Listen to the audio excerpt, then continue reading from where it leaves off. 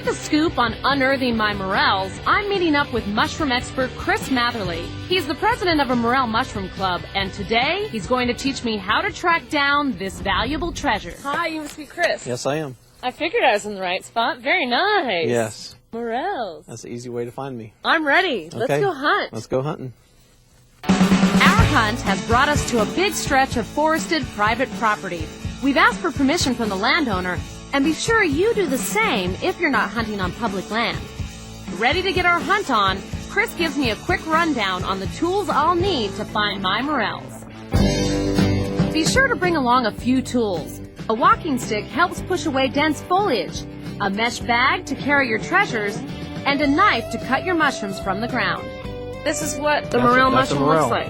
And so if this was a stem, you cut it off right there at the ground. Geared up and ready to roll, Chris gives me my first morel lesson. There's a lot of places morels grow, apple trees, dead elm trees, and different parts of the country they grow in different areas. Is that why they call them the elusive morel? Because That's right. You never know where you're going to find them? And also, you might spot one, and then all of a sudden it just disappears. It goes back in the hole. So. Oh, come on. Now you're pulling my leg. Come on.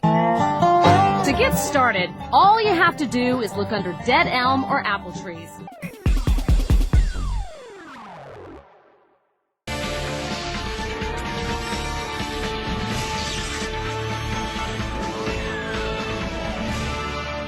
To the wild mushroom enthusiast and connoisseur, nothing compares to the hunt. And for those who can properly identify which mushrooms are safe and delicious, hunting can be a profitable hobby. Hard-to-find varieties fetch as much as $650 a pound. It's really becoming very popular. And it's very fun because it's like adult Easter egg hunting. The edible trophies for many fungi hunters include chanterelle, pink-tipped coral, fried chicken mushrooms, king bolete, also known as porcini, and morel, one of the most picked of the wild mushrooms.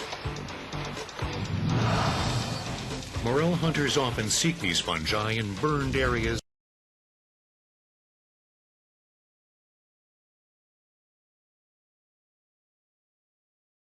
In the great American wilds, they're over the rolling hills of southern Indiana. So I looked at the forecast, and there's a big snowstorm coming. In a couple days, we're going to have to move south. Partners Chris Matherly and Lavina Holmes start a new trek into the wilderness.